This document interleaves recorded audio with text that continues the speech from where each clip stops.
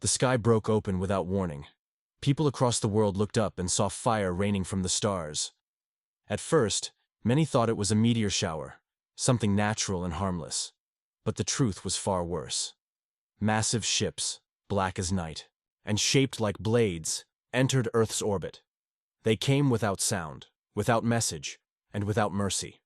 These were the Korujal, an ancient alien race that had decided humanity was a mistake. They didn't speak to world leaders. They didn't ask for surrender. They simply attacked. London was the first to fall, then Tokyo, Rio, New York. Within minutes, entire cities were wiped from the map. Buildings crumbled like paper. People vanished in waves of heat, and the sky stayed red with fire. Earth's defenses, planes, missiles, even nuclear weapons, were useless. The Korujal ships moved too fast, their armor too strong. Nothing we had could stop them. Humanity, for the first time, felt small, scared, defeated. In a hidden bunker buried under Antarctica, a final message was sent out. It wasn't a call for help. It was a spark of resistance. "If this is the end," the voice said, calm and strong, "let us be remembered not for how we died, but for how we fought." Those words reached every satellite still working. People heard them in the last seconds of internet broadcasts, in radio waves, and even through damaged smart devices. It lit a fire in the hearts of those who still had the strength to fight back. Humanity wasn't ready to vanish, not without making the stars remember us. Deep in the Andes Mountains, far from the chaos above, there was one last hope. A secret fleet of warships, built in silence under Project Phoenix protocol, waited in a hidden hangar. These ships had not been made for war, but for deep space travel, to find new worlds, new homes. But now, they would be used for something else. The Arclight Fleet, as it was called, had only 7 ships, but they were fast, smart, and filled with the last best minds and fighters Earth had to offer. At the front was Captain Juno Reyes, a woman who had once walked away from war, tired of all the killing. But the moment she saw Earth burning, she returned to the fight. She didn't come to save the world. She came to make sure the enemy remembered us. Her ship was the ESS Valor, the largest and most advanced of the 7. Her crew was a mix of survivors, an ex-hacker who used to live in the ruins of Shanghai, a scientist who once mapped wormholes for fun, a retired Marine who lost her family in the first wave, and even Lex Morrow, a war criminal known for destroying an alien vessel using nothing but a mining drone and a stolen AI. Juno gave them one simple rule: fight smart, fight together, and fight to make them pay. As the Earth continued to fall apart above them, the Arclight Fleet launched. They rose through debris fields of broken satellites and burning space stations, dodging Korujal patrols and leaving the atmosphere like ghosts. Their mission wasn't to win a war. They couldn't. Their goal was to strike back, hard and fast, to make the Korujal bleed, to hurt them in ways they didn't expect. It wasn't about saving Earth anymore. Earth was mostly gone. But humanity wasn't just Earth. It was every person still breathing, every colony that hadn't been found yet, every hidden station orbiting a forgotten moon. And for them, the Arclight Fleet would become a blade in the dark. Juno gave her first speech from the bridge of the Valor as the ship sailed into open space. She didn't promise victory. She didn't lie. She just said the truth, in a voice calm and cold like steel. They think we're broken. They think this is over. But we're still here. And now, we make them remember who we are. With that, the stars opened wide, and humanity's last fleet vanished into the dark, ready to make legends out of ashes. The Arclight Fleet moved through the dark reaches of space like shadows. Their ships were smaller and weaker compared to the Korujal Armada, but what they lacked in power, they made up with speed, cleverness, and boldness. Captain Juno Reyes and her crew knew they couldn't fight the enemy head-on and win. So instead, they became hunters in the void. They attacked supply ships, communication relays, and isolated outposts far from the main battle. Each strike was quick and brutal, designed to hurt the enemy where it would slow them down. The humans used old mining lasers and refitted them into powerful beam weapons. They used gravity fields from nearby planets and asteroids to slingshot their ships and confuse enemy sensors. They even hacked alien beacons, turning them into traps that lured Korujal's ships into dangerous asteroid belts. Slowly, the humans started to gain a reputation among their enemies. The Korujal called them the Burnt Ones, ghosts, who attacked from nowhere, who vanished before the enemy could fight back. It was the start of a new kind of war, one full of hope and fear, cunning and courage. But the cost was high. The ESS Chimera, one of the fleet's most trusted ships, was destroyed during a daring raid on a Korujal shipyard. Hundreds of brave souls were lost in seconds, and the survivors barely escaped with their lives. Another ship was torn apart trying to protect a human colony hidden on a frozen moon, a place the Korujal wanted to wipe from existence. Despite these heavy losses, Captain Juno never lost hope. She recorded every battle, every sacrifice, and every tiny victory.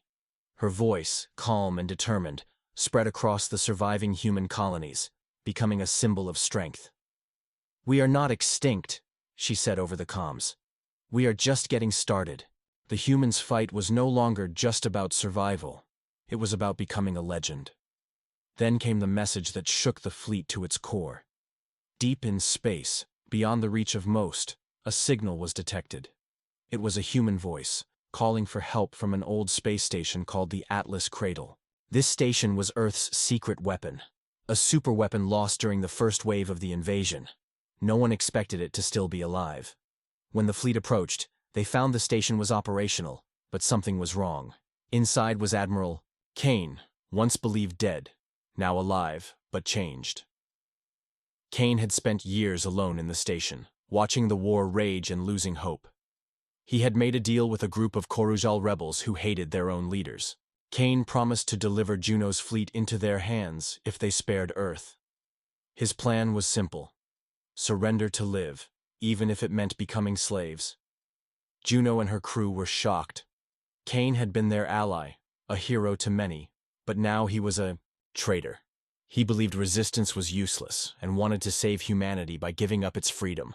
Juno confronted him in the dark corridors of the Atlas Cradle, her voice fierce with anger and pain. "You would trade our souls for your safety?" she asked. Kane's answer was cold, without regret. "Survival is all that matters now." Juno's crew barely escaped as the Valor's weapons lit up the station. She gave the order to detonate the ship's charges, turning the Atlas Cradle into a fiery grave. Kane's betrayal was buried in the explosion, but the pain it left was heavy. The fight was harder now, but it also made the humans stronger. They understood what they were fighting for, not just to survive, but to be free. And they would never give up again. The Arclight fleet pressed deeper into enemy space, chasing every chance to strike back at the Korujal. The humans had become more than just survivors. They were warriors, legends born from fire and loss.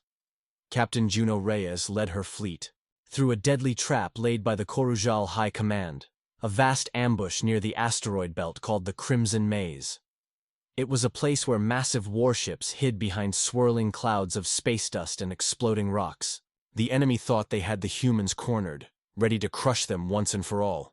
But Juno had one last plan, a desperate gamble fueled by hope and courage. The battle exploded like a storm in space. Lasers tore through the darkness, and the stars flickered under the fire of missiles and energy blasts. The humans fought with every ounce of their skill and heart. They used small, fast ships to confuse the enemy, darting between asteroids and striking from shadows. The ESS Valor became a beacon of light and hope, leading attacks that shattered Korujal cruisers. Juno's crew showed their true strength in the chaos. Lex Morrow hacked enemy systems mid-fight, turning the Korujal's own weapons against them. The ex-hacker from Shanghai guided the fleet through asteroid tunnels no ship was supposed to fit through. Each human fought not just for survival, but to prove that their spirit could never be broken. But the cost was grave. The Arclight fleet was down to only 3 ships after the brutal fight. Yet, from the edge of destruction, they delivered a crushing blow: the death of the Korujal warlord, Jarketh, whose cruelty had fueled the invasion. With his ship destroyed and his command shattered, the enemy forces began to lose their grip. The Korujal were stunned. No one had dared fight like this before. The humans were no longer a broken species running from death. They were warriors who could bleed the greatest army in the galaxy. The legends of humanity began to spread, whispered in fear and respect across star systems. The final confrontation was near. The humans knew the Korujal would come for them with everything they had left. The Arclight fleet prepared for what could be their last fight. Earth might be gone, but humanity's heart still beat in every ship and every soul aboard. Juno gathered her crew, speaking softly but fiercely. "We may not live to see tomorrow, but we will make sure our enemies remember today forever." The crew knew the truth. This battle was more than war. It was the last stand of a species that refused to be forgotten. When the Korujal fleet appeared again, it was like the night had swallowed the stars. Hundreds of ships surrounded the humans, ready to crush them into nothing. But the Arclight fleet was ready. They fought with every tool they had: guns, missiles, AI-controlled drones, and a final secret weapon: the Phoenix Pulse, a device that could disable entire fleets by scrambling their electronics. It was a gamble, and it worked. The Korujal ships faltered, their systems crashing in waves. The humans struck hard, breaking the enemy lines and forcing their retreat. But victory came at a price. The ESS Valor took a direct hit to its core, and Captain Juno was gravely wounded. As the ship began to break apart, she stayed on the bridge, watching the stars one last time. Her voice was steady when she spoke to her crew. "We are not just survivors. We are legends. We fight, we fall, but we never disappear." Her last act was to send the coordinates of a safe haven, an uncharted system where humanity could live and rebuild. With a final pulse, the Valor exploded, lighting the void with a bright blaze that echoed across space. The surviving ships escaped to that hidden place, carrying the spirit of humanity into a new dawn.